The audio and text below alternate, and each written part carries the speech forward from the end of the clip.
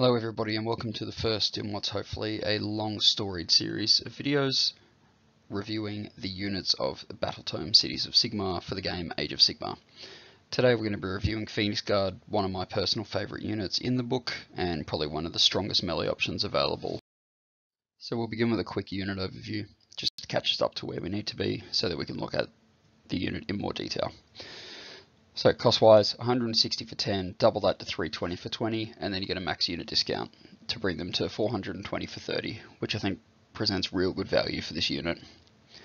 They've got a basic elf profile, so 6-inch move, bravery 7, 1 wound, and 4 up armor save. Each model shares the same weapon profile, which is a 3 up to hit, 3 up to wound, -1 rend, and 1 damage. Each of them has 2 attacks. The champion himself has an extra 1 attack, so 3 on him. The drummer gives +1 to charge rolls, which is interesting because the majority of all the other line units in Cities of Sigmar actually have +1 to charge and run rolls on their musician. So just remember that Phoenix Guard are only +1 to charge, and then the standard bearer gives +1 to bravery, bring them up to bravery 8, which is a fairly decent number. The inbuilt abilities on the War Scroll are emboldened, which means that you don't take battle shock tests while you're wholly within 12 inches of a Phoenix Temple hero. And then finally, the Moneymaker Witness to Destiny 4+ damage prevention roll, which effectively doubles them to 2 wounds each with a 4 up armor save. So the offensive output of the Phoenix Guard is quite impressive for the Cities of Sigmar book, and is one of the best that's available. Each model has 2 attacks, they need 3s to hit, 3s to wound, they have 1 rend, and they do 1 damage. The average damage that 10 Phoenix Guard will do against the armor saves available in the game are listed below. Interestingly, against a 2-up armor save, you get 3.1 damage through. Against a 4-up, which is what I consider to be average, you get 6.2. And then against 6-up or no armor save, you get 9.33. So I've then included next to that some more interesting units that skew their save rolls somehow, either if that's by having an after save, or if that's by having an ethereal armor save. An ethereal armor save, for those of you who are new, means that your rend does not apply.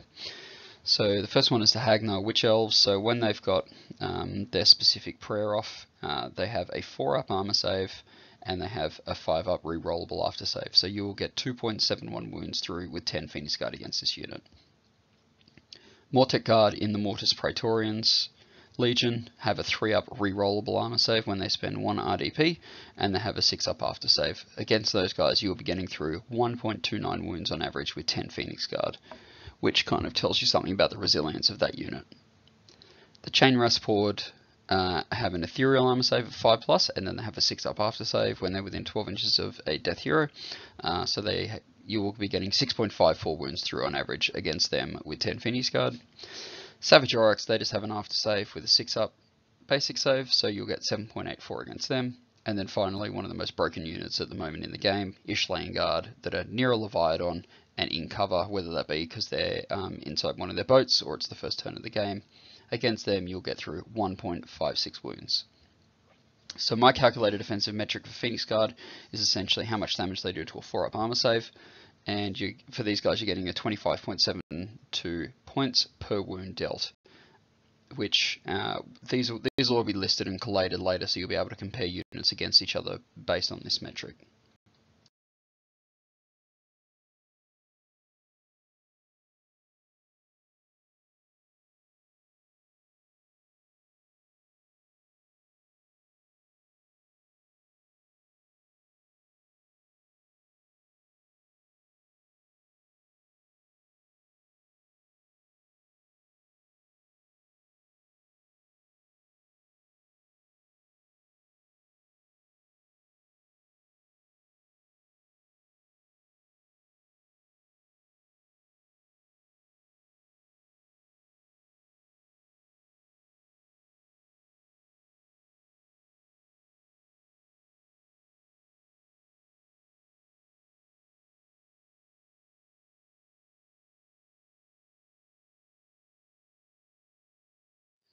Probably the best thing about the Phoenix Guard is their defensive resilience. So at baseline, they've got a 4-up armor save with 1 wound. However, on top of that, you've got the Witness to Destiny conferring a 4+ damage prevention roll or after save, so which essentially makes them a 4-up after save with 2 wounds per model.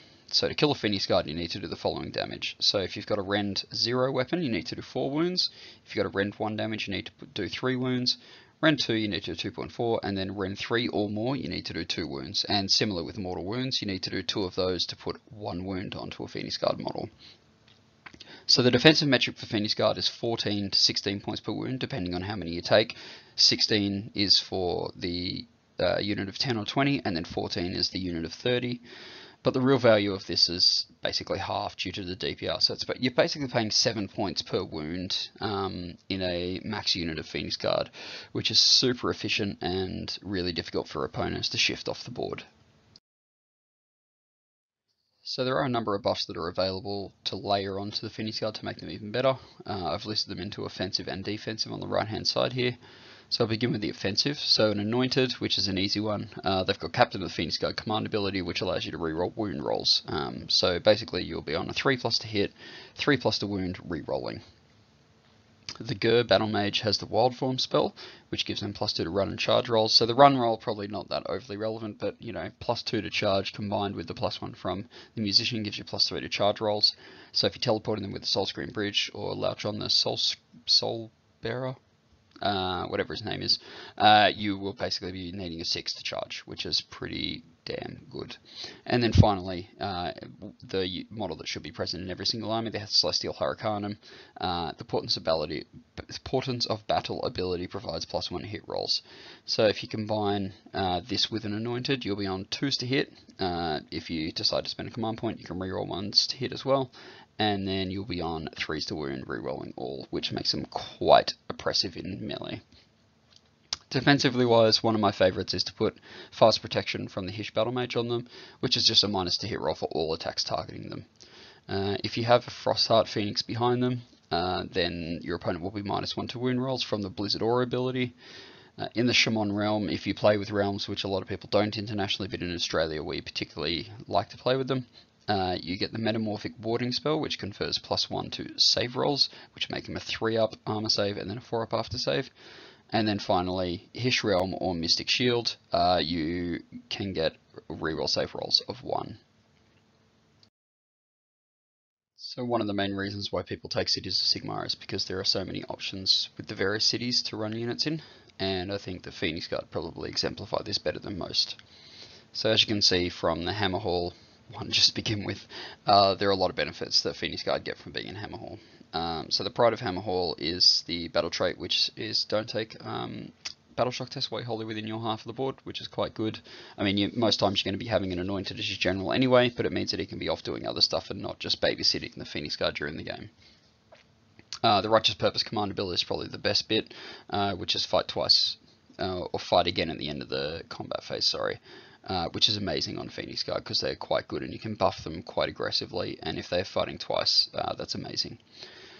So the Blood of the 12 command trait is reroll wound rolls of 1 for Hammer Hall units wholly within 12 of the general, which means you don't have to spend command point to do Captain of the Phoenix Guard most of the time. You're still going to be failing to wound on 2s, but you know, rerolling 1s for free is probably better than spending command point to reroll 1s and 2s.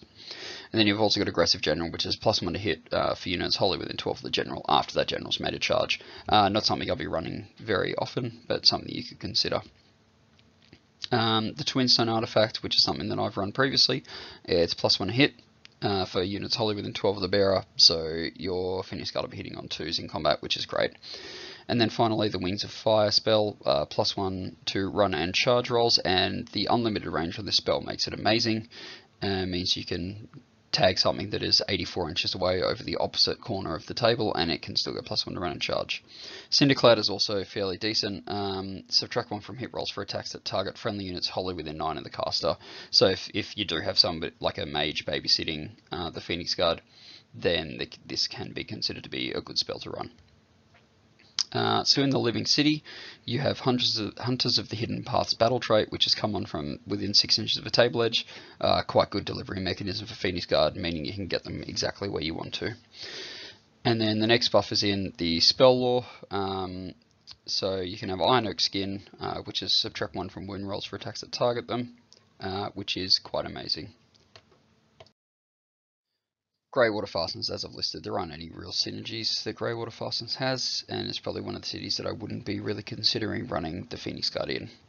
The Phoenicium, on the other hand, it's got the namesake, however, obviously Hammerhall's probably better for them. The battle trait Vengeful Revenants is quite interesting, so you add 1 to hit and wound rolls for attacks made with melee weapons by Phoenicium units if any other Phoenicium units have been destroyed in the same phase. So hitting on 2s, wounding on 2s, quite good in Phoenix Guard. If you then combine this with the Living Idol's command ability, which is that you can fight before you're removed from play, so you're beginning 2 up, 2 to hit, 2 to wound, Phoenix Guard, that if they die, then pile in and fight again, which is quite amazing. There are no spells in Phoenicium that kind of benefit them, because you've got Aura of Serenity, which is don't take Battle Shock tests for Phoenicium units holding within 12, but if you've got an Anointed, that's kind of redundant anyway. Again, Anvil Guard, there aren't that many benefits to them. So there's 2 in the spell lore that you can take. So essentially you've got Sap Strength, which is subtract 1 from hit rolls. I kind of included this. It's the same thing as Greywater Fastness spell. It's just -1 to hit, and if you're babysitting the Phoenix Guard, you can tag a unit over the top of them. Vitriolic Spray is of course good, so if a unit has an armor save of dash, essentially you're improving your rend by 1, 2, 3 or more, and that the spell is just always good for units that can output a high number of attacks. Now in Hallowheart there are a few benefits. So Eldritch Attunement, battle trait is the 5+ to ignore spells or endless spells, which can be augmented to a 4+, but we won't go into that. I think that 5+ is good enough. The Veteran of the Blazing Crusade command trait did not take battle shocks for friendly Hallowheart units wholly within 18. I think it's quite good because it's not wholly within 12. Wholly within 18 is actually quite a large bubble. Then you go over to the spell lore. There are obviously a few that benefit them. Warding Brand means that if your Phoenix Guard do die on a 4+, they'll do a mortal wound to the unit, which is quite good. Crystal Aegis I just mentioned, so you get a 4+ save against spells and endless spells. But the big one here is Ignite Weapons. So +1 to wound gives them a 2+ to wound, and if you're again within 10 inches of a Hurricanum, you're also getting +1 hit. So you're getting that vaunted 2+ to hit, 2+ to wound combination. And then the final city in the book is Tempest. Alert and Forewarned, basically +3 move in the first turn, which means that they get a 9-inch move to start with, and they always get Outriders of the Realms, which is +1 to run rolls, and add 1 to save rolls, so 3+ armor save in the first turn, moving 9 inches and running d6 +1 is actually really good to get them into position. The Aether Guard Captain command trait is add 1 to charge rolls, so you'll be getting +2 to charge rolls if you're wholly within 12 of the general, 1 from the general command trait and 1 from the musician. The Zephyrite Banner is also quite a good artifact, so reroll charge rolls, so you're looking for 8s rerolling. If you combine that with the Aether Guard Captain, you're getting, you need basically a 7 rerolling with that artifact. And then finally, one of the best things I think to put on them is the Aura of Glory spell. So it's cast on a 7, add 1 to the attack's characteristic of melee weapons used by friendly Tempest units wholly within 12 of the caster, which is just absolutely amazing, because your Tempest Guard will now have 3 attacks each with all the buffs, so it's absolutely just brilliant. So to wrap up, Phoenix Guard are a very versatile unit that can be used as a hammer or anvil unit.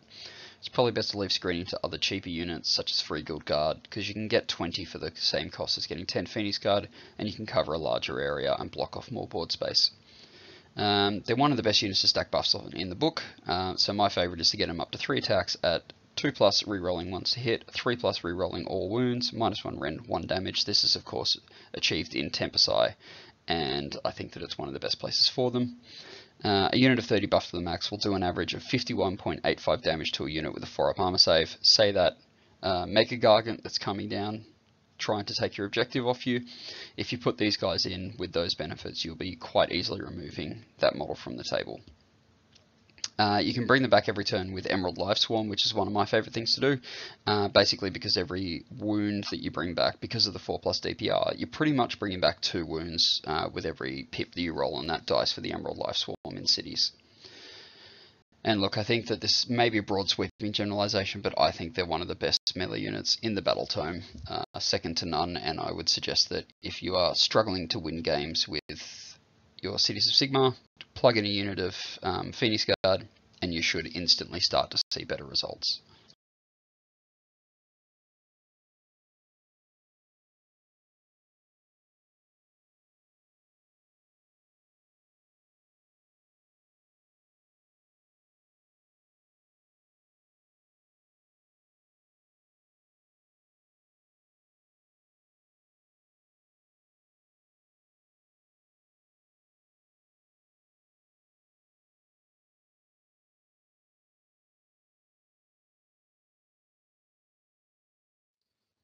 Thank you for watching the video.